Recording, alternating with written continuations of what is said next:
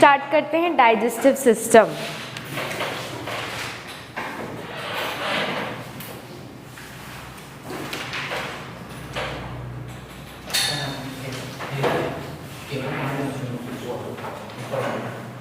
Obviously हम किसकी बात कर रहे हैं? हाँ, कुछ प्रॉब्लम हुआ है?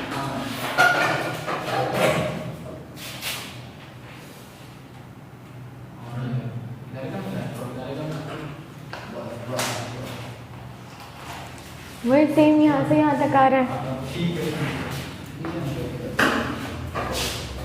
चलो, डाइजेस्टिव सिस्टम मतलब पाचन तंत्र।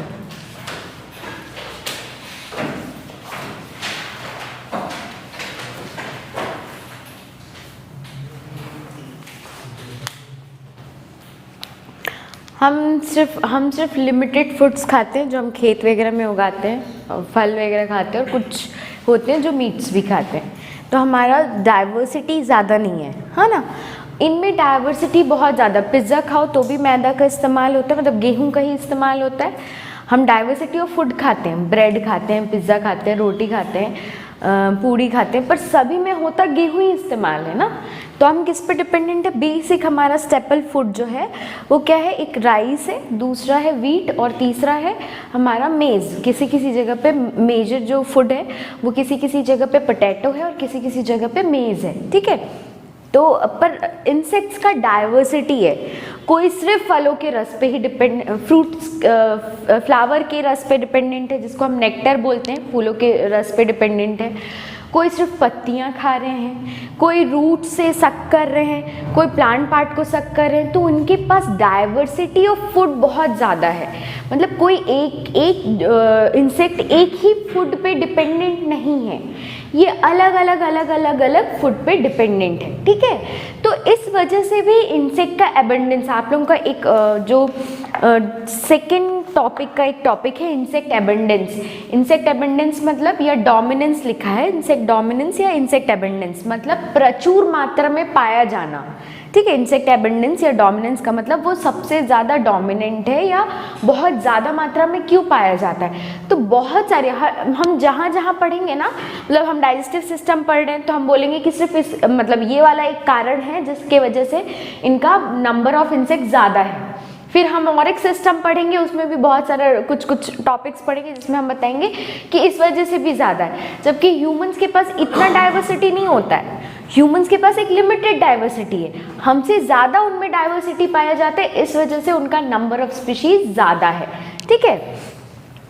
तो इनमें क्या है? Diversity of food habitat, diversity of food habitat, अलग अलग तरह के वो फूड को खाते हैं, इस वजह से इनका इंसेक्ट का एबंडेंस बहुत ज़्यादा है।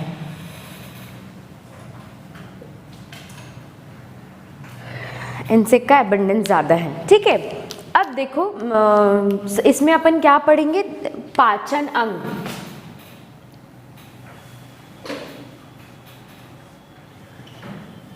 पाचन अंग के बारे में पढ़ेंगे। पाचन अंग मतलब डाइजेस्टिव ऑर्गन।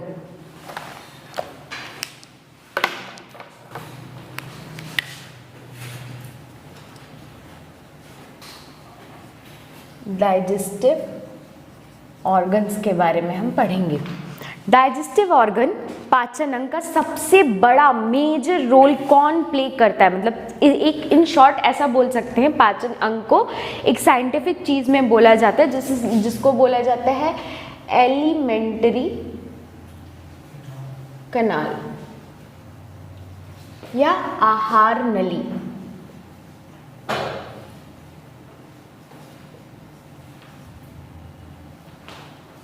ठीक है, उनके पास जिस चीज़ से वो करते हैं, जो सबसे बड़ा मेजर ऑर्गन है वो कौन सा है? एलिमेंट्री कनाल या फिर आहार नली। ये ह्यूमंस में भी पाया जाता है, कोई नई चीज़ नहीं है, ठीक है।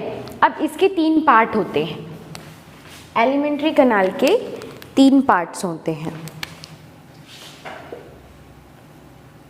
3 parts.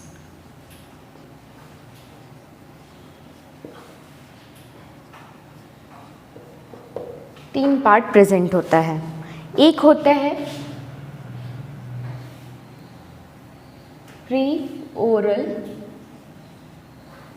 Cavity. Pre oral cavity को बोलते हैं पूर्व मुख गुहा। ठीक है, हिंदी वाले लिख लेना, पूर्व मुख गुहा।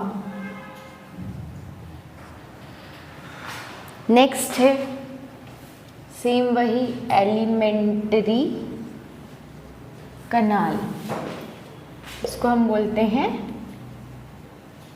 आहार नली। थर्ड है एसेसरी ग्लैंड। एसेसरी को ग्लैंड को बोलते हैं सहायक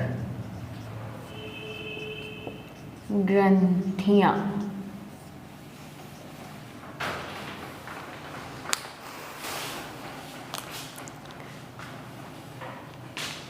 डाइजेस्टिव सिस्टम तीन पार्ट में बटा हुआ है।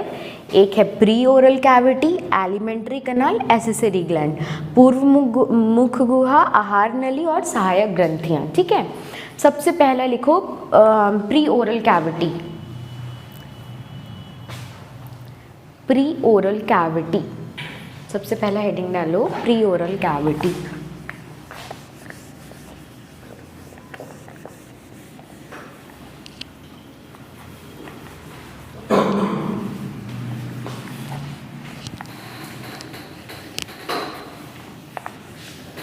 Pre oral cavity contain mouth part. जितना भी प्री ओरल कैविटी मतलब ओरल कैविटी जहाँ पे पूरा माउथ प्रेजेंट होता है, मुंह से लेके गले तक के एरिया को बोलते हैं ओरल कैविटी। प्री मतलब सामने की ओर, जो उसके पहले सामने आता है उसको अपन प्री ओरल कैविटी बोलेंगे।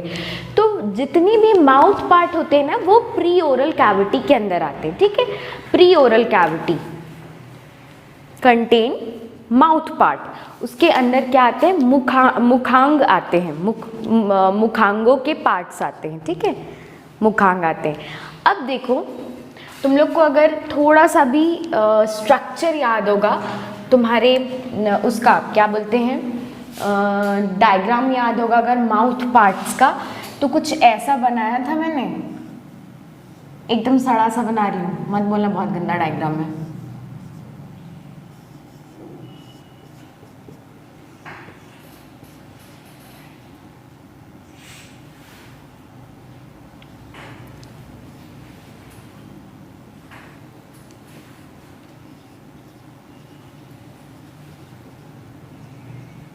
कुछ ऐसा था डायग्राम। ठीक है, इसके नीचे ओपन होता था हमारा, इसको ये क्या, अच्छा पहले याद करते, ये क्या था, this is known as upper lip और labrum. This is mandibles present in single और पेयर। ठीक है, ये मैंडिबल्स है। These are the tip of their mouth. This is known as tongue. This is maxilla present in single or pair. This is labium, the lower lip. ठीक है, तो इसके नीचे क्या ओपन होता था, इसको क्यों टंग बोलते थे, क्योंकि इसके नीचे सलाइवरी ग्लैंड ओपन होता था। तो इसमें प्री ओरल कैविटी में दो पार्ट आते हैं, एक है साइबेरियम और एक है सलाइवेरियम। इट कंटेन टू पार्ट, साइबेरियम और सलाइवेरियम। इसमें दो पार्ट्स आते हैं प्री ओरल कैविटी में।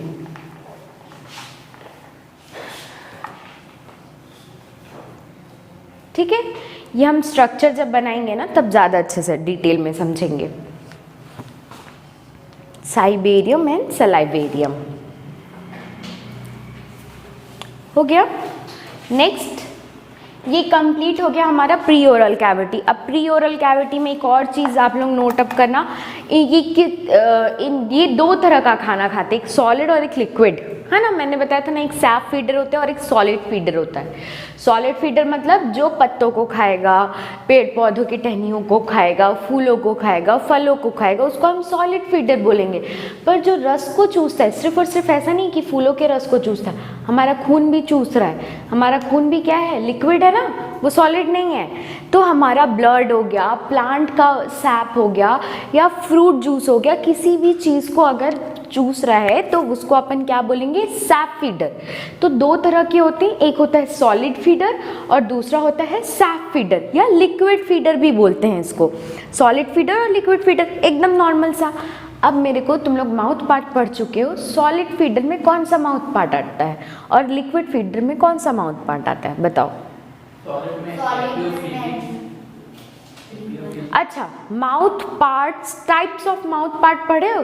पलटाना नहीं, कॉपी नहीं पलटाना, रख रखे रहो, यहीं पे रहेगा, सबका पेज यही रहेगा, कॉपी किसी का नहीं पीछे पलटेगा, ठीक है। हम टाइप्स ऑफ माउथ पार्ट पढ़े हैं। थोड़ा सा दिमाग में जोर लगाते, देखना घुटना ना दर्द देने लग जाए, ठीक है। तो अगर हम याद करने की कोशिश करते हैं टाइप्स ऑफ माउथ पार्ट में, सबसे पहला टाइप ऑफ माउथ पार्ट वो हेड टाइप था, वो हेड टाइप था। Hypognathous, pro, biting and chewing type of mouth part, काटने व चबाने वाले। हाँ, तो क्यों पेट में जमा करके रख रहे हो, बोले क्यों नहीं? अच्छा, मैंने बोला है, मेरी कान कमजोर है, ठीक है, तो थोड़ा जोर से बोला करो। तो biting and chewing type of mouth part किस टाइप का होता है? नाम सुन के कैसा लग रहा है? Liquid feeder. कैसा होता है? काटने व चबाने वाले, सॉलिड फीडर। तो वो हो गया सॉलिड फीडर। इसके बाद हम कौन सा पढ़े थे? Chewing and lapping type. ये कैसा होता है? ये किस पे प्रेजेंट होता है? च्यूइंग एंड लैपिंग क्या? हाँ, हनी बी में। गुड, तुम भी वही बोले। मैं मक्खी सुनी, मधु नहीं सुन पाई, बोली, जोर से बोला करो, जय माता दी मत बोलना, ठीक है। चलो, तो इसमें क्या है? च्यूइंग एंड लैपिंग, मधुमक्खी, हनी बी टाइप, ठीक है। अब बताओ, वो लिक्विड फीडर होता है कि सॉलिड फीडर? हाँ, लिक्विड फीडर। पर च्यूइंग क्यों बोल रहे हैं हम? फिर च्यूइंग क्यों बोल रहे हैं?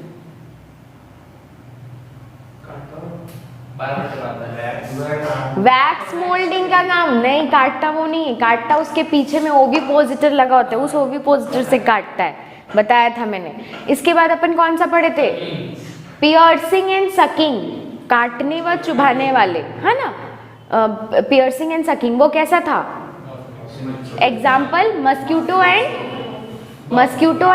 Plant bug. गुड, सिर्फ बग नहीं है, प्लांट बग्स है। तो प्लांट बग कैसा था? ये लिक्विड फीडर था कि सॉलिड फीडर था? लिक्विड फीडर, ठीक है। इसके बाद आता है पियर्सिंग एंड सकिंग के बाद आता है sponging type. Sponging type liquid feeder था कि सॉलिड फीडर था? हनी भी नहीं है, house fly. Sponging type, sponge करता था ना, house fly, sponge, liquid feeder. इसके बाद था साइफोनिंग टाइप, लिक्विड फीडर या सॉलिड फीडर? एग्जाम्पल बताओ। साइफोनिंग टाइप, मॉथ है, बटरफ्लाई, लिक्विड फीडर या? हाँ, लिक्विड। नाम सुन के याद आ जाता है ना, लिखा है एग्जाम्पल से याद आ जाता है। तो किसी भी एक चीज़ को देखो, याद रखोगे तो चीज़ें याद आने लगेगी। तो ये क्या था? लिक्विड फीडर था।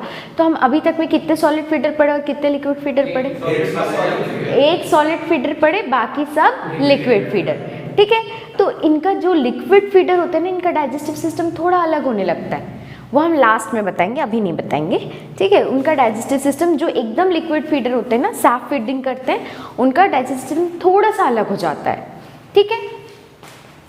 बाकी जो सॉलिड फीडर है, उनका मैंडिबल बहुत स्ट्रॉन्ग है।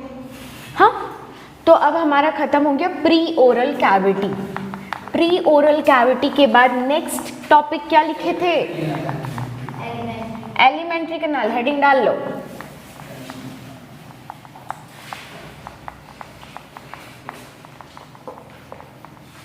Elementary canal consist of 3 parts. ये भी 3 पार्ट में बटा हुआ रहता है।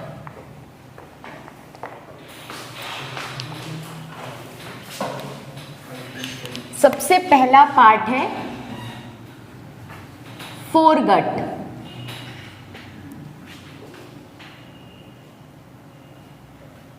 अग्र प्रणाली,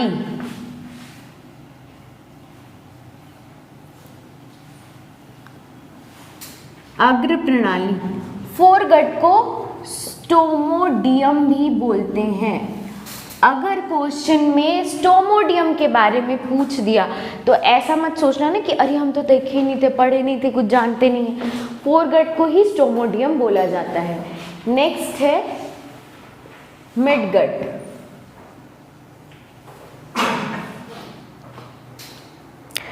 मिडगट को मध्य प्रणाली,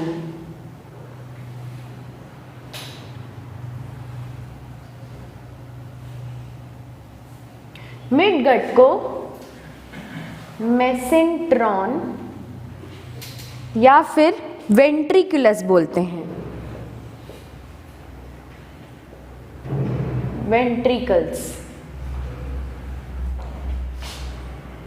LUS है ना, वेंट्रिकुलस, VENTRICULUS। थर्ड है फोरगट, मिडगट, हाइंडगट।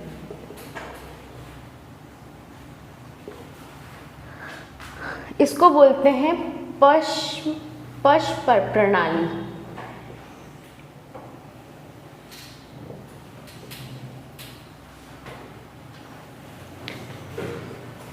स्टोमोडियम, इसको और एक क्या बोलते हैं, प्रोक्टोडियम।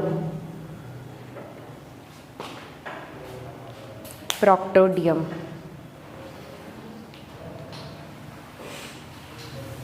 ठीक है। अच्छा एक और बात बताते हैं।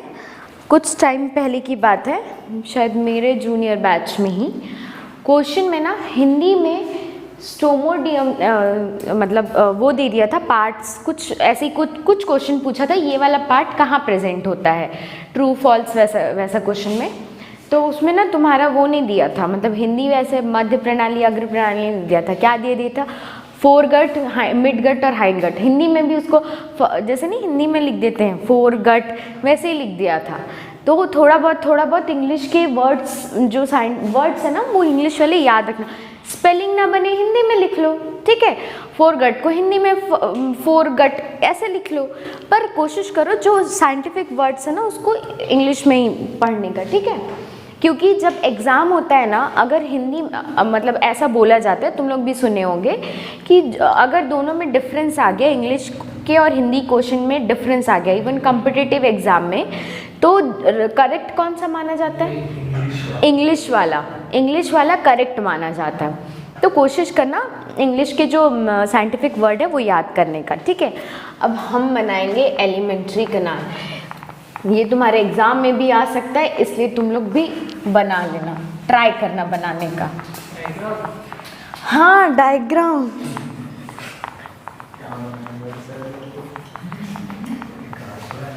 और बनाते चलोगे तो इजी लगेगा, साथ साथ में बनाते हुए चलोगे तो इजी लगेगा। बुक का देख के बनाना शुरू करोगे ना तो हार्ड लगेगा, सही में। हाँ, इसीलिए बोल रहे हैं ट्राई टू मेक इट। और मैं बहुत अच्छा डायग्राम नहीं बनाती हूँ।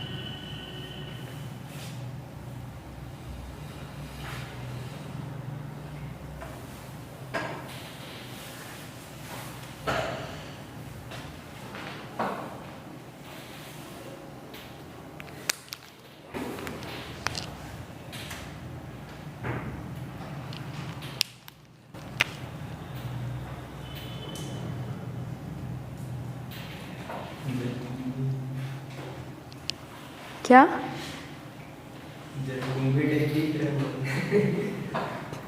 जलकुंभी? जलकुंभी? जलकुंभी वाटर हाइसेंथ को बोलते हैं क्या?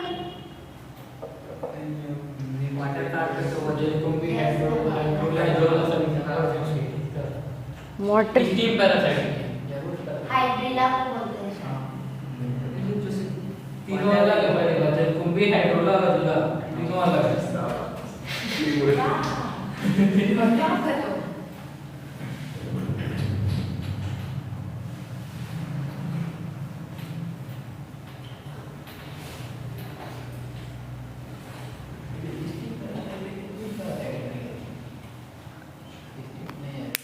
अच्छा, अभी भी लग रहा है जलकुंभी टाइप?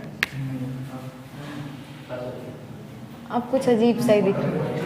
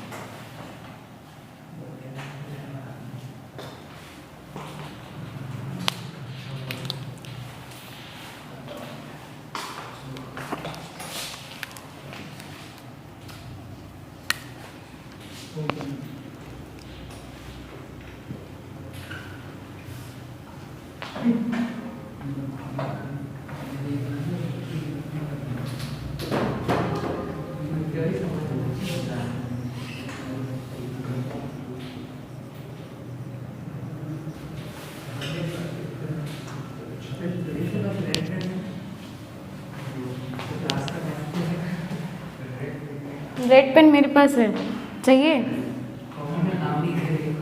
हाँ, ये नहीं नहीं नहीं,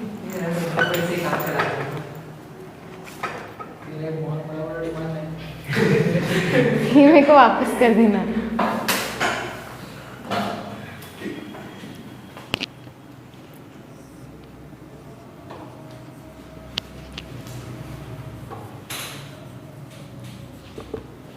नहीं, मेरे को अक्सर कॉपी बहुत सारे कलरफुल पेन से ही बनाने में अच्छा लगता था।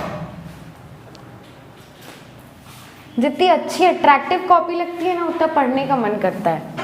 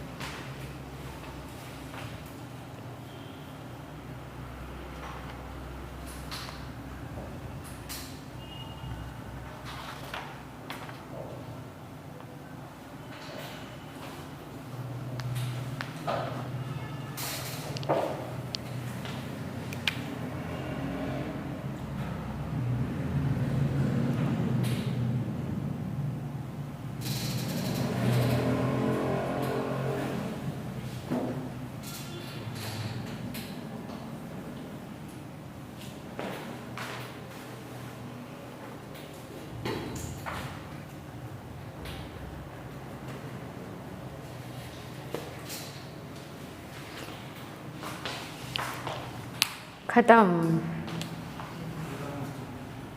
अरे रफ जैसा बनते बनाओ, नॉट इम्पॉर्टेंट, सजाना धजाना इतना इम्पोर्टेंट नहीं है। क्यों बनाना छोड़ दिए? अरे यार अच्छा ये कचरा नहीं बन रहा है, ये कचरा नहीं बन रहा है, ये तो सीधा है, फिर यहाँ मोटा हो गया, फिर एक मोटा हो गया, फिर लंबा सा हो गया, फिर ये हो गया और ये हो गया, ये वाला तो बन जाएगा। ये इजी है। ये कचरा दिख रहा है, इस कचरा को मत बनाओ, यहाँ ईसोफेगस से बनाओ, ये बहुत जल्दी बन जाएगा।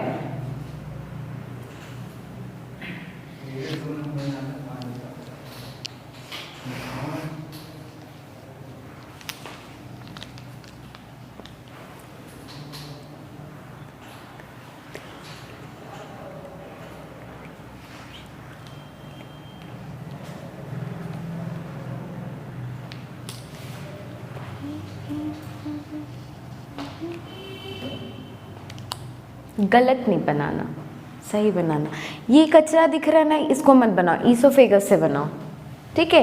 एकदम एक लंबा सा डंडा निकालना, फिर एक तो गोल कर देना ऊपर नीचे, फिर थोड़ा सा छोटा एक सर्कल बनाना, फिर इस जगह को मत बनाओ, ये भी जगह कचरा दिख रहा है, इसको मत बनाओ, फिर थोड़ा सा लंबा करो, फिर इसको बनाओ, फिर लास्ट में ये सारी चीज़ें बनाना।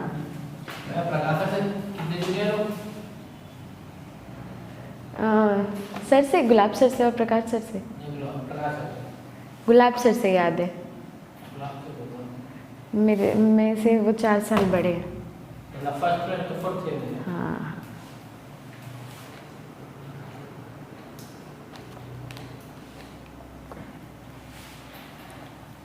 सुपर मोस्ट सीनियर थे। पता है कॉलेज में ऐसा चलता है, current senior, super senior, then super most senior. हाँ, हम फर्स्ट ईयर में जाएंगे तो हमारे करंट सीनियर सेकेंड ईयर, फिर सुपर सीनियर जो थर्ड ईयर वाले, और फिर जो सबसे बड़े हैं वो सुपर मोस्ट सीनियर। हम लोग को तो कुछ नहीं होता, हम लोग जब जाते थे तो जैसे नहीं, रैगिंग शॉर्ट नाम दे दिया गया, बट रैगिंग नहीं होता है वो, रैगिंग के मतलब इंट्रो होता था, बोला जाता था कि आपको क्या क्या आता है वो बताइए, और थोड़ा डांट डपट के रखाया जाता था, क्योंकि वहाँ तो पेरेंट्स नहीं होते, तो आपको तब भी रूल्स और रेगुलेशंस में चलना चाहिए, नहीं तो फर्स्ट ईयर में आप बिगड़ जाओगे। तो वो बोला जाता है रैगिंग, बट वो एक कहीं ना कहीं एक शॉर्ट ऑफ रूल बनाया जाता था, और हम लोग ना थोड़े बदमाश बच्चे हुआ करते थे, हर कोई वैसा होता है। तो सबसे पहले लाइन लगती थी, उसके बाद लाइन लगती थी, सबको डांटा जाता था, तुम ऐसा क्यों किए, तुम वैसा क्यों किए, टीचर के साथ ऐसे बिहेव करना है, ये करना है, वो करना करके खूब डांटते थे। नोट्स भी सीनियर लोग ही देते थे, हेल्प भी करते थे। फिर क्या होता था, हम लोग उनके बारे में आके खूब बैक बिचिंग करते थे, अरे वो तो मैम इतनी सड़ी सी है, वो तो चिक चिक ज़्यादा करती है, अरे वो मैम तो और खुद कुछ लिखती पढ़ती नहीं, हमको ज्ञान दे रही है। हम खुद खूब बैक बिचिंग करते थे, पर अच्छा भी लगता था, मज़ा भी आता था। अब तो बंद हो गया है। मेरा बैच था जिसको लास्ट ऐसा इन शॉर्ट रैगिंग बोला जाए या लाइन बोला जाए, उसको लिया गया था। हम मेरे बैच के हम लोगों ने, हमारे जूनियर से कोई कांटेक्ट नहीं, तो मज़े करो। अमित सर थे आपके? हाँ, अमित सर जूनियर है मेरे, करण जूनियर।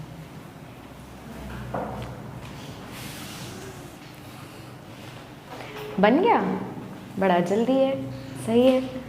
लिख लिया सब कुछ? हाँ कोई बात नहीं, लिख लो।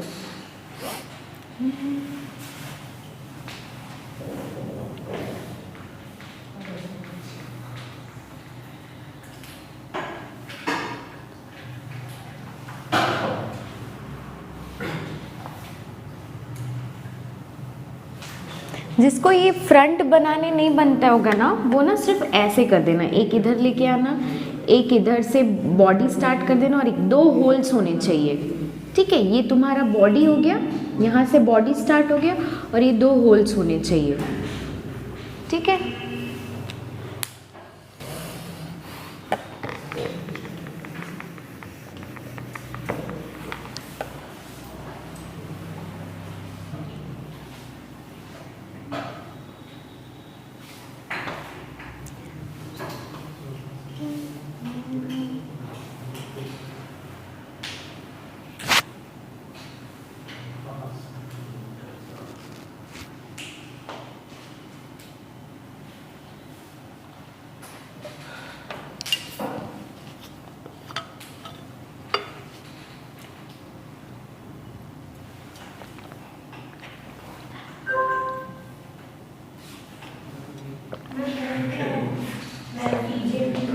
मैलफिजियन tubule, ileum, ILEUM, ilium.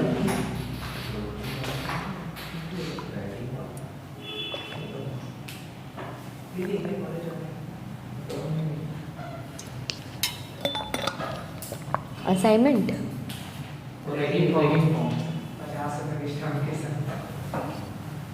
Second year में जाओगे तब भरना है या फर्स्ट ईयर?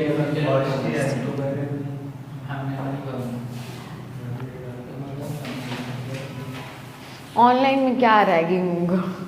ये तो कॉलेज जब रिपोर्टिंग के लिए गया था तो ही उसी से बोल कर अभी थोड़ी वरना 7 दिन बाद फिर आगे लेना ऐसे करके।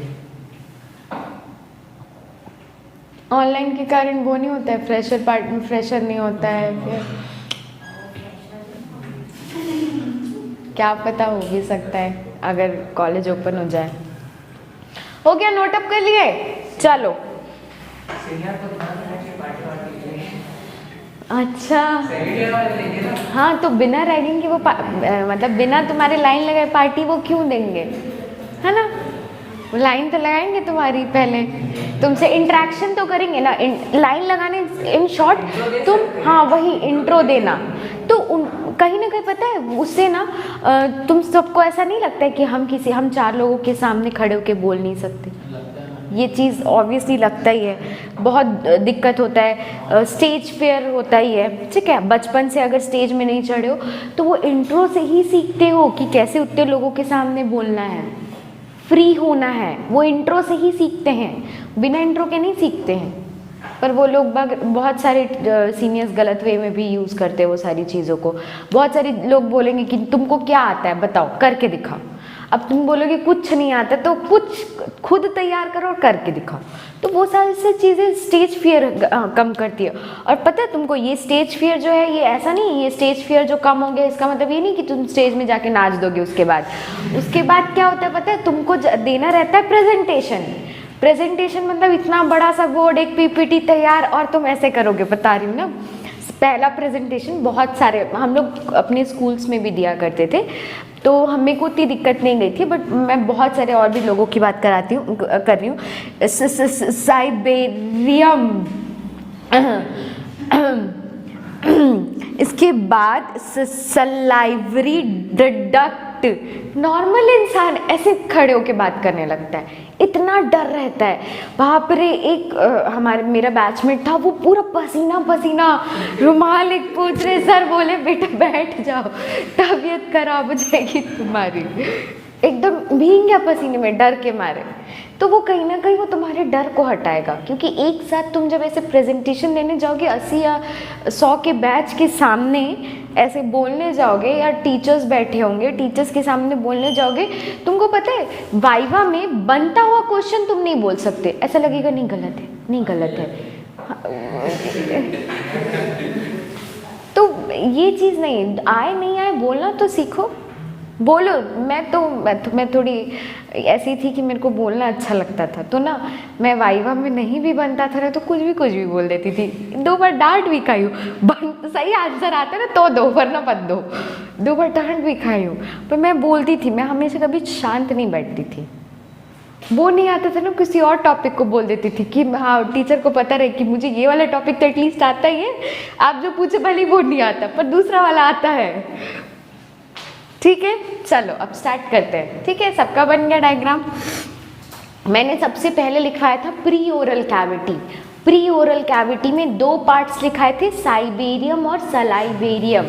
जहाँ पे सलाइवा सिक्रीट होता है, अगर देखोगे ये सलाइवरी डक्ट, मैंने बताया था ना पाइपलाइन सिस्टम, तो देखो ये डक्ट, ये पाइपलाइन सिस्टम है, ये एक पाइप है, ये रिजर्वायर से आता है और यहाँ पे रिलीज होता है, और साइबेरियम यहाँ से फूट जाता है। तो साइबेरियम जहाँ पे लिखे हो ना साइबेरियम एंड सलाइवेरियम, तो सलाइवेरियम में लिखना कि यूज्ड फॉर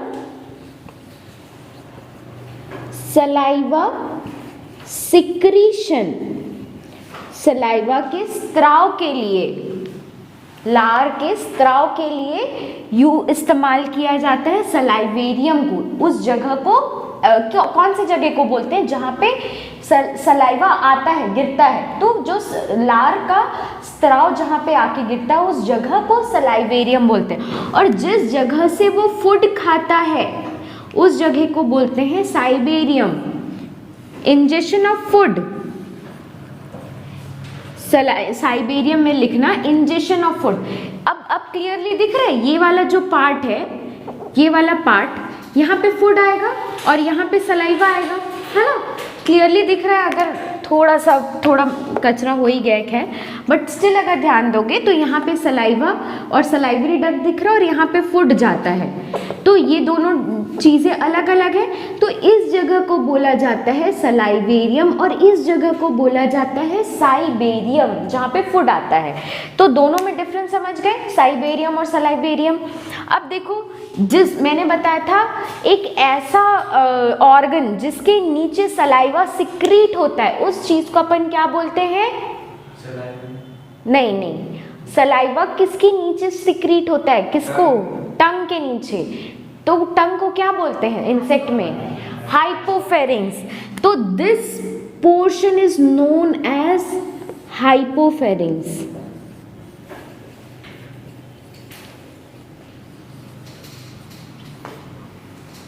ठीक है, मैं इसको इसलिए नहीं लिखी थी ताकि तुम लोग समझो भी साथ में। इसी के नीचे सिक्रीट हो रहा है सलाइवा। अब समझ में आया उसको टंग क्यों बोल दिया?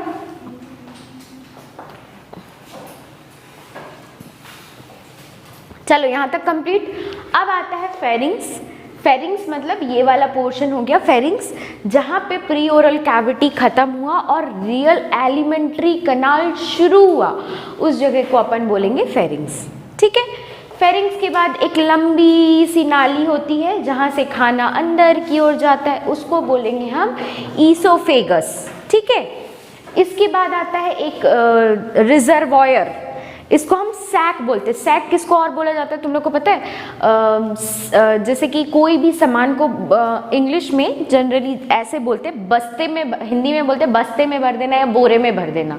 इंग्लिश में उसको क्या बोलेंगे? सैक में, fill it in the sac, मतलब बस्ते या बोरे को सैक बोलेंगे। ठीक है, तो ये एक क्रॉप जो है ये सैक लाइक स्ट्रक्चर है, ये फूड को अपने अंदर कंज्यूम करके रखता है, भर के रखता है। इसके बाद आता है प्रोवेंट्रिकल और गिजार्ड। मैं बताते जा रही हूँ, अपने कॉपी में देखते भी जाना वो सारी चीज़ें लिखी हो कि नहीं। प्रोवेंट्रिकल और गिजार्ड। इसके बाद आता है, यहाँ पे आता है ये जो होता है मिडगट सीकम है, ये मिडगट सीकम है। ठीक है, खाना सीधे जा रहा है, खाना इसके अंदर नहीं घुस रहा है ना, ये ग्लैंड टाइप ऑफ सब्सटेंस है।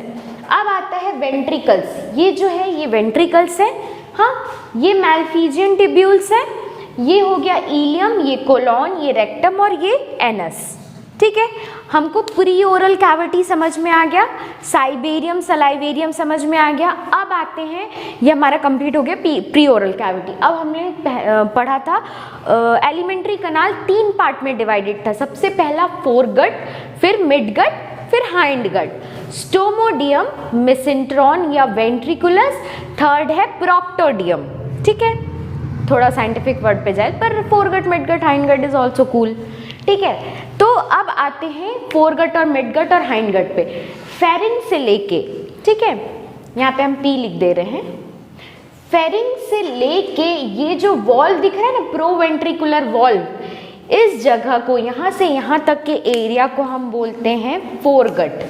पी इसलिए लिखा है ताकि कंफ्यूजन ना हो, ये फेरिंग से लेके है ना, तो फेरिंग से लेके ये वॉल तक, इस एरिया तक,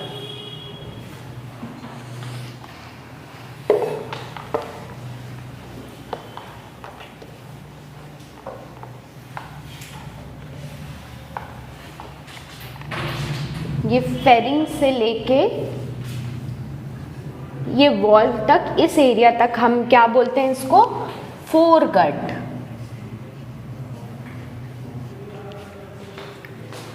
मिडगट सीकम, यहां से लेके, ये जो लाइन खींची हुई है यहां से लेके यहां तक, इसको बोलते हैं मिडगट। फिर इस मैल्फिजियन टिब्यूल से लेके एनस तक के एरिया को बोलते हैं हाइंड गट।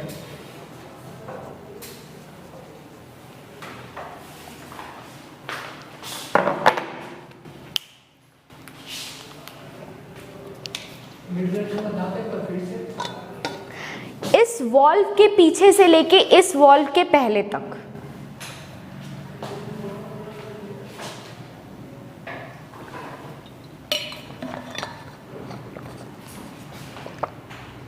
ठीक है, हो गया। सबसे पहला हेडिंग डालो फोरगट। फोरगट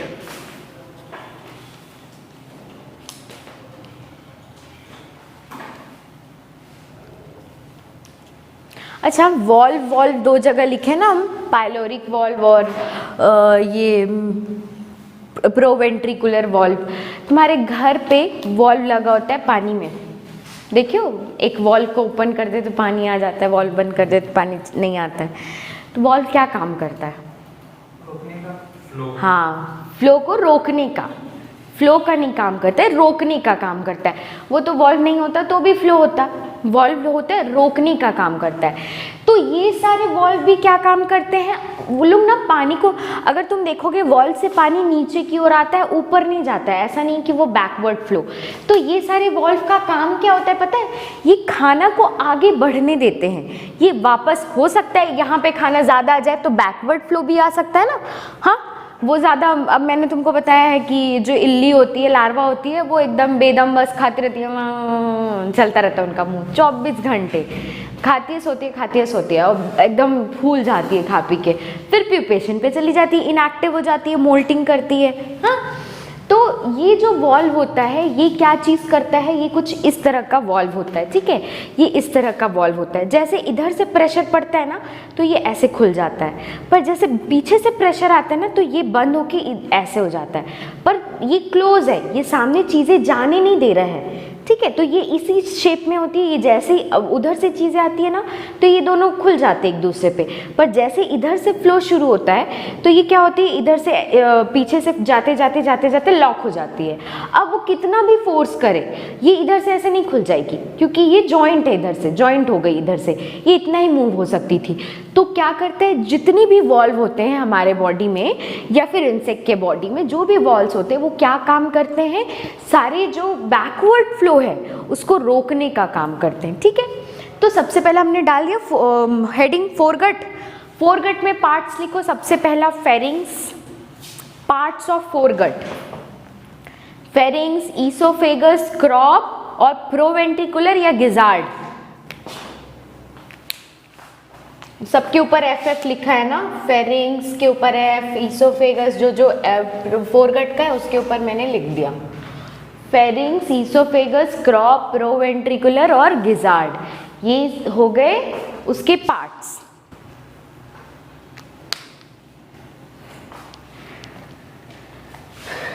मैं आधी चीजें मिटा रही हूँ।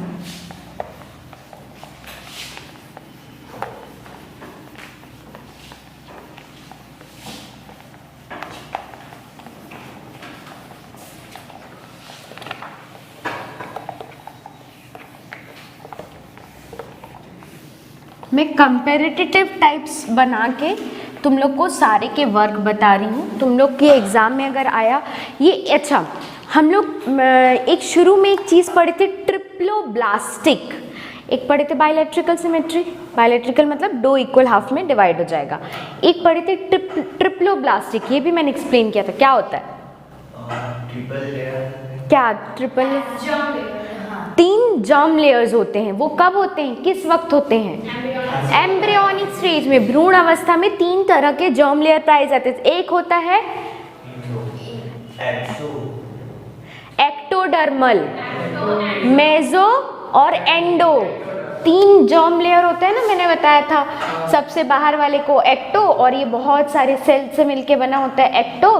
फिर होता है बीच में मेसो, लास्ट में अंदर में होता है एंडो। तो इसका ओरिजिन कहाँ है, मतलब ये कौन से सेल से बना है? तो ये एक्टोडर्मल ओरिजिन का है, ठीक है। लिख लो इसको। फोरगट का ओरिजिन, मैं पूरा नहीं बोली हूँ ना, सिर्फ फोरगट का ओरिजिन एक्टोडर्मल है, फोरगट आपने हेडिंग डाला है ना, उसमें लिख लो एक्टोडर्मल ओरिजिन। Ectodermal origin.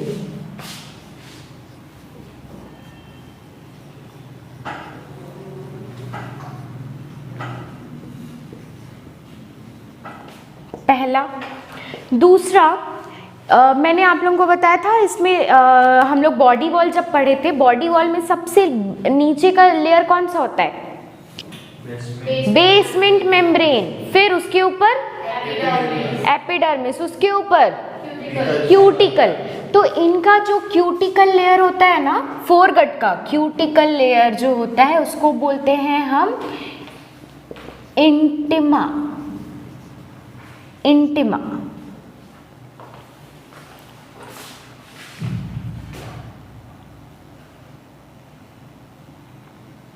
ठीक है, इसके क्यूटिकल के लेयर को इंटिमा बोला जाता है। अब एक और चीज, इसमें दो तरह के 2 टाइप्स ऑफ मसल्स प्रेजेंट होते हैं। 2 टाइप्स ऑफ मसल्स। एक होता है लॉन्गिट्यूडिनल मसल, एम बस लिख दे रहे हैं मसल के लिए, और एक होता है सर्कुलर मसल। एक लंबा वाला मसल पाया जाता है, लॉन्गिट्यूडिनल मसल पाया जाता है, और एक पाया जाता है सर्कुलर मसल।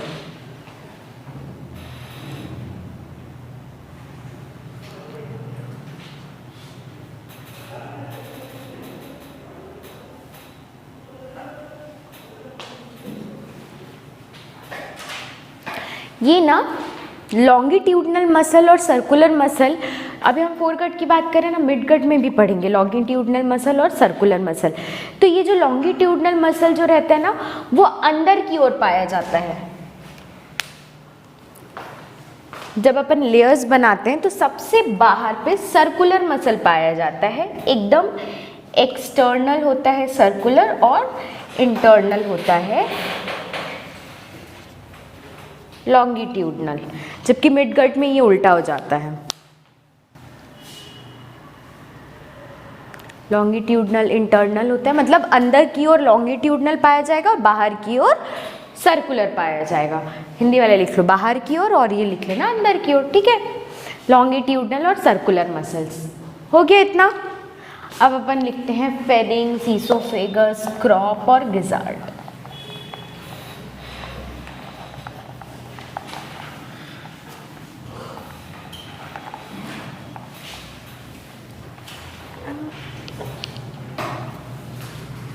सबसे पहला हेडिंग डालो फेरिंग्स।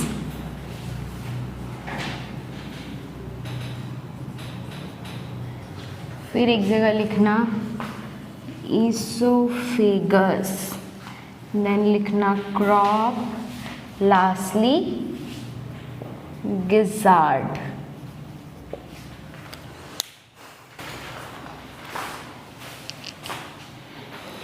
ये present between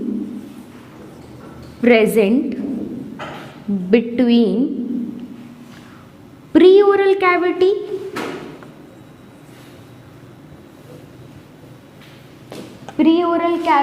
and oesophagus.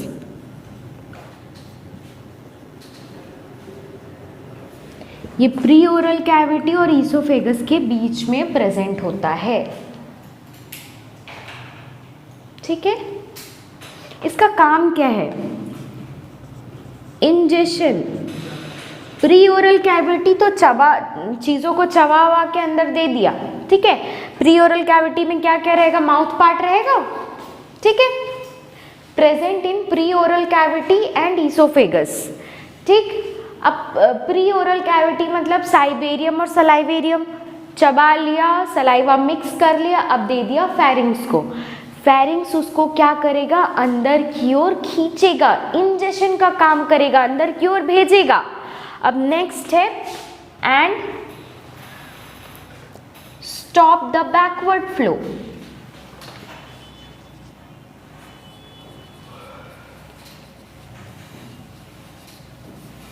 Backward flow को भी रोकेगा,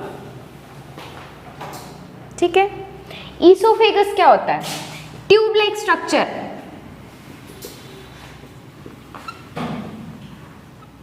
ये ट्यूब लाइक स्ट्रक्चर होता है ईसोफेगस। प्रेजेंट बिटवीन कहाँ पे पाया जाता है? फेरिंग्स और ईसोफेगस, फेरिंग्स एंड क्रॉप के बीच में।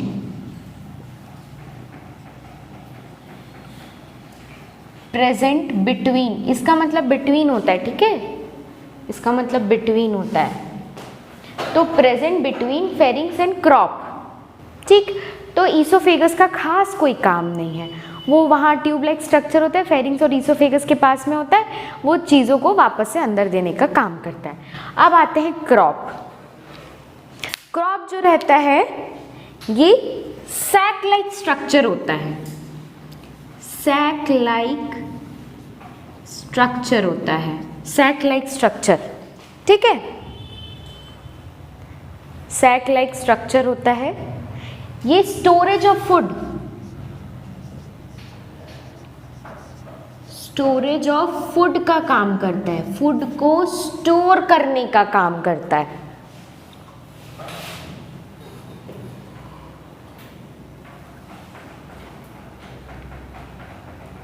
गिजार्ड को और क्या बोलते हैं? प्रोवेंट्रिकल्स। तो गिजार्ड या प्रोवेंट्रिकल क्या काम करता है? ग्राइंडिंग,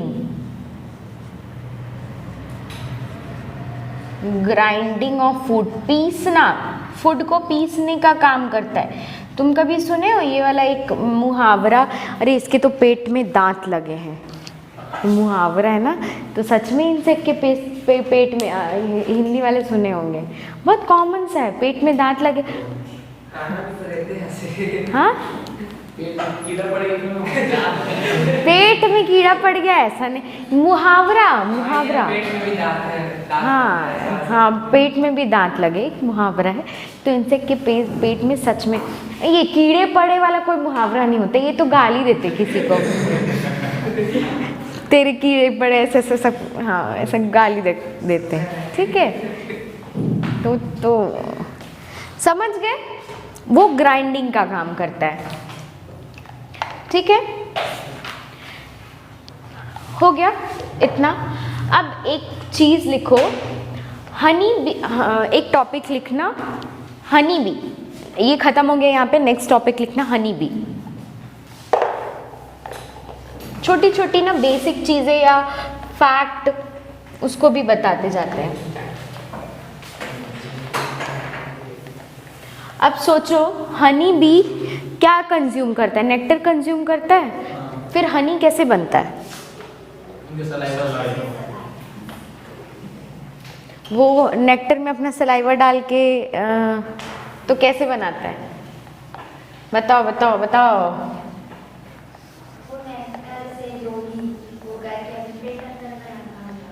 हाँ, कुछ ऐसा ही होता है, ठीक है। हनी बी, हेडिंग डालिए, वो नेक्टर कंज्यूम करता है, नेक्टर मतलब फूलों का रस, ये नेक्टर कंज्यूम करता है और ये फॉर्म करता है हनी का।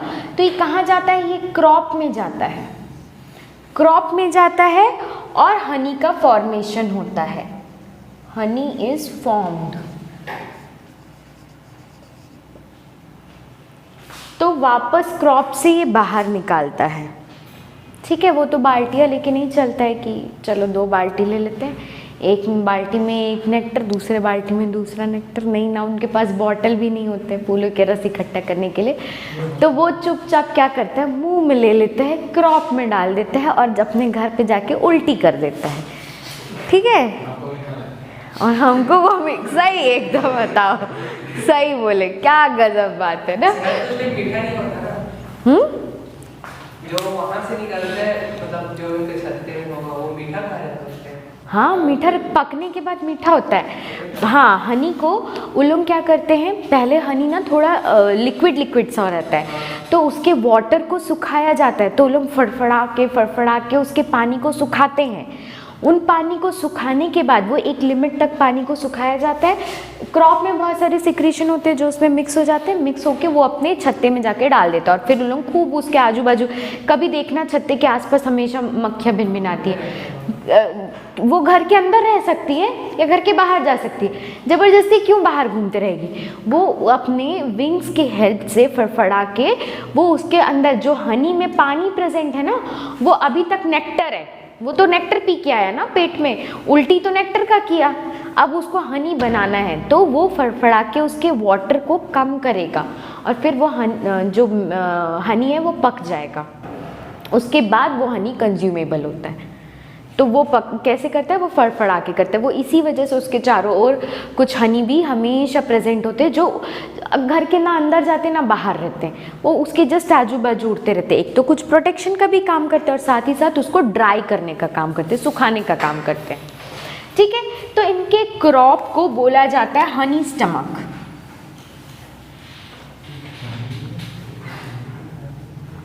हनी स्टमक उनके क्रॉप को बोला जाता है। हाँ, अपने बच्चे को खिलाता पिलाता है, उनके बच्चे थोड़ी, उनका भी 4 स्टेजेस होता है, egg, larva, pupa, adult. Adult बाहर घूमता है, लार्वा कहाँ घूमता है? लार्वा नहीं घूमता है, लार्वा को ग्रब बोला जाता है, ग्रब्स नहीं घूमते हैं। तो वो अपने बच्चों को बाहर से हनी ले आके खिलाते पिलाते, लो तुम लोग खाओ, जैसे हाँ हाँ उसको हम लोग छीन लेते हैं। हाँ छीन लेते हैं। अरे मेरे को तो ऐसा ही लगता है कि वो हनी इसीलिए बना रहा ताकि मैं खा पाऊँ। अच्छा ठीक है, इसमें सब बहुत सारे वेजिटेरियन है कि नॉन वेजिटेरियन है? Non vegetarian. अच्छा मैं एक चीज़ बता रही हूँ, मुझे ना हर मुर्गे को देख के लगता है अरे ये ज़िंदा क्यों है, मेरे पेट में होना चाहिए। मुझे बड़ा खुश, मैं बहुत खुश हो जाती हूँ मुर्गा देख के, हाय कितना अच्छा दिख रहा है, पकने के बाद और अच्छा दिखेगा। ठीक है, वेजिटेरियंस को अच्छा नहीं लगेगा बट इट्स हाँ ठीक है। चलो ये हो गया। अब हम नेक्स्ट लिखते हैं गिजार्ड के बारे में, देखते हैं। इसको एडिट करवाना पड़ेगा यार, नहीं बाकी लोगों को नहीं बताया जा सकता ये चीज।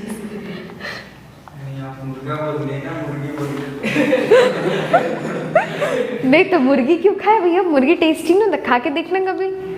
वो ना नहीं वो सॉफ्ट नहीं होता है, वो बहुत उसका जो वो होता है ना फाइबर सकते चबाने में भारी दिक्कत है, मुर्गा सॉफ्ट होता है। नेक्स्ट हो गया खत्म। चलो अब आगे लिखते हैं गिजार्ड। तुम लोग को पता है मैं ब्राह्मण हूँ। कुछ भी चल रहा है आज की दुनिया में, कुछ भी चल रहा है। ठीक है, गिजार्ड नेक्स्ट है। गिजार्ड तो गिजार्ड जो रहता है ये मस्क्यूलेटेड रहता है, बहुत इसमें बहुत स्ट्रॉन्ग मसल्स प्रेजेंट होते हैं। मस्क्यूलेटेड मतलब स्ट्रॉन्ग मसल्स प्रेजेंट होते हैं। ठीक है, तो इसमें बोलते ना, मैंने बोला ना उसके पेट में दांत लगे होते, तो वो गिजार्ड ही है जिसपे दांत लगे होते हैं। तो इसके पास 6 टिथ लाइक स्ट्रक्चर प्रेजेंट होता है। 6 टिथ लाइक स्ट्रक्चर प्रेजेंट होता है। ये स्ट्रॉन्ग होता है सॉलिड फीडर का स्ट्रॉन्ग होता है। हमारे पास दांत है, अक्सर हम खाना को आधा तो हाथी में मसल लेते हैं, फिर दांत में चबाते हैं, फिर पेट अंदर देते हैं। ठीक है, इनके पास इतने सारे दांत नहीं है, तो ये कहाँ पे ग्राइंड करते हैं फूड को? ये अपने गिजार्ड के अंदर ग्राइंड करते हैं फूड को। ठीक है, तो सॉलिड फीडर में अक्सर ये ज़्यादातर प्रेजेंट होता है और स्ट्रॉन्ग प्रेजेंट होता है सॉलिड फीडर पे। ठीक है, इतना क्लियर है। चलो नेक्स्ट, अब गिजार्ड जो है, गिजार्ड के भी कुछ टाइप होते हैं। एक टाइप है टिथ लाइक में क्या होता है, ये जो गिजार्ड है, ये गिजार्ड में इधर से 6 टिथ प्रेजेंट होंगे। अब 6 टिथ मैं बना नहीं सकती, ये कुछ गोल्स ऐसा समझो, ये गोल सा एक बॉल है, इधर से एक टिथ निकला, इधर से। ठीक है, 6 टिथ चारों तरफ से निकले रहते हैं और वो मैस्टिकेटेड करते हैं। ठीक है, मेस्टिकेशन का काम करते हैं, ग्राइंडिंग का काम करते हैं। चारों ओर से एक एक टिथ निकले होते हैं, 6 टिथ पूरे सर्कल में इस तरह से निकले होते हैं। तो वो हो गया टिथ लाइक। ये किस में प्रेजेंट होता है? Cockroach, cockroach, cockroach and grass hopper,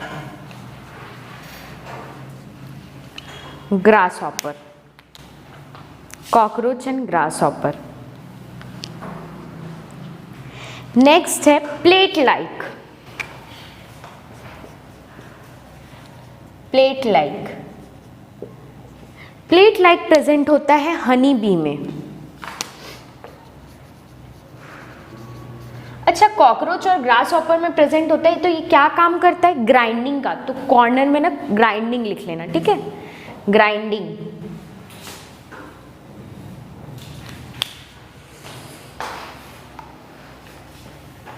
grinding लिख लेना कॉर्नर में, ठीक है। अब प्लेट लाइक प्रेजेंट होता है हनी बी में। हनी बी में प्लेट लाइक कैसे प्रेजेंट होता है? ये जो वो है गिजार्ड है, ऐसा गिजार्ड है, गिजार्ड में इस तरह से प्लेट्स प्रेजेंट होती है। तुम लोग चाय पीते हो? हाँ, चाय पीते हो? तो चाय में, हाँ ठीक, कभी कभी तो पिए होगे, है ना, एक आध बार अपने लाइफ में तो पिए होगे। तो छान के ही पीते हो ना। तो हमारे पास छन्नी है, हम छान सकते हैं, हमारे पास दांत भी है, ठीक है, किसी दिन मन के तो ऐसे ही छान के पी लो, ठीक। तो इनके पास छन्नी लाइक कोई सब्सटेंस नहीं होता है मुंह में। तो वो जब नेक्टर को कंज्यूम करता है ना, तो वो नेक्टर के साथ पॉलन ग्रेन भी अंदर चला जाता है। पॉलन ग्रेन बहुत बारीक होता है, एकदम छोटा छोटा होता है, कभी देखना एकदम पाउडर जैसा होता है। तो पॉलन ग्रेन भी प्लेट लाइक हनी बी में प्रेजेंट है, नेक्टर कंज्यूम करता है, तो पॉलन ग्रेन भी चला जाता है, पर पॉलन ग्रेन को डाइजेस्ट नहीं कर सकते। अगर तुम लोग को पॉलन ग्रेन का स्ट्रक्चर याद होगा, पढ़े होगे, तो पॉलन ग्रेन का इस तरह का स्ट्रक्चर होता है, एक आउटर स्ट्रक्चर होता है, एक इनर, 2 लेयर्स प्रेजेंट होती हैं। इस आउटर, इसको नहीं बनाओगे तो भी चलेगा, इसको नहीं बनाओगे तो भी चलेगा। तो आउटर वाला जो लेयर होता है उसको हम बोलते हैं एक्साइन, इसको बोलते हैं इंटाइन। इसको नहीं बनाओगे तो चलेगा ना, मैं जस्ट तुमको बता रही हूँ। ये पॉलन ग्रेन का स्ट्रक्चर है। बायोलॉजी वाले इसको पढ़े होंगे, sexual reproduction in flowering plant, एक क्वेश्चन। হ্যালো দাদা, আমি 5 মিনিটে কল করছি, দাঁড়াও না 5 মিনিটে। হ্যাঁ, तो एक्साइन और इंटाइन। एक्साइन एक ऐसा स्ट्रक्चर होता है जो कि हम किसी भी चीज़ से उसको वो नहीं कर सकते, मतलब मार नहीं सकते, ख़त्म नहीं कर सकते। तो वो कोई भी एंजाइम नहीं है इस दुनिया में जो उसको ख़त्म कर दे। कोई एसिड बेस ये सबसे भी ख़त्म नहीं होता। एक्साइन बहुत स्ट्रॉन्ग स्ट्रक्चर है, ये बना होता है स्पोरोपोलिनिन से। स्पोरोपोलिनिन नाम का एक सब्सटेंस होता है, उससे बना होता है। और इंटाइन जो रहता है वो बना होता है नॉर्मल सेल्यूलोज हेमीसेल्यूलराइज लाइक स्ट्रक्चर से। और एक्साइन, तो एक्साइन को डाइजेस्ट कोई भी एंजाइम डाइजेस्ट नहीं कर सकता। और हमारे पेट में एंजाइम प्रेजेंट होता है, इनके भी पेट में एंजाइम प्रेजेंट होता है।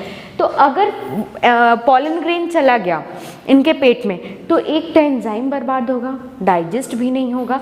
तो प्लेट लाइक चीज़ें जो होती हैं हनी बी में, ये छानने का काम करती है। तो ये पॉलन ग्रेन को सेपरेट करती हैं। ये क्या करती है? पॉलन ग्रेन को पेट में सेपरेट करती हैं, सेपरेट करती हैं, ठीक है। नेक्स्ट है spine like, teeth like, plate like, और लास्ट है स्पाइन लाइक। स्पाइन मतलब समझते हो? निडल, ऐसे खड़े खड़े spine like. Spine like present होता है तुम्हारा मस्क्यूटो में, या फ्ली बोल सकते हैं, जितने भी टाइप के फ्ली होते हैं, फ्ली या मस्क्यूटो में। ये क्या काम करती है? ब्लड कॉर्पसल्स, मस्क्यूटो हमारा ब्लड कंज्यूम करते हैं, तो ब्लड में अलग अलग टाइप के सेल्स प्रेजेंट होते हैं। तो वो ब्लड सेल को जब तक वो फोड़ेंगे नहीं, तो न्यूट्रिएंट तो अंदर से मिलेगा ना, ब्लड सेल के अंदर मिलेगा, तो उसको फोड़ना पड़ेगा ना।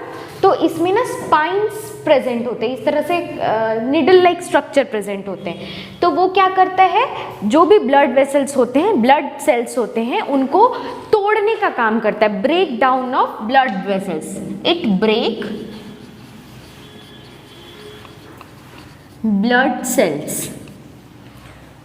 कहीं पे अगर कॉर्पसल्स दिख गया, कॉर्पसल्स का मतलब भी सेल होता है, तो ब्रेक ब्लड सेल, ठीक है। स्टोमोडियल वॉल्व इज ड जंक्शन, स्टोमोडियल ये प्रोवेंट्रिकुलर वॉल्व, इसको स्टोमोडियल वॉल्व भी बोला जाता है, ठीक है, लिख लेना stomodeal valve. Stomodeal valve is the junction between foregut and midgut. Stomodeal valve जो रहता है वो जंक्शन रहता है फोरगट और मिडगट के बीच का, ठीक है। ये कंप्लीट हो गया हमारा फोरगट, डाइजेस्टिव सिस्टम। अभी फोरगट कंप्लीट हुआ, अब आएगा मिडगट, फिर आएगा हाइंडगट, ठीक है।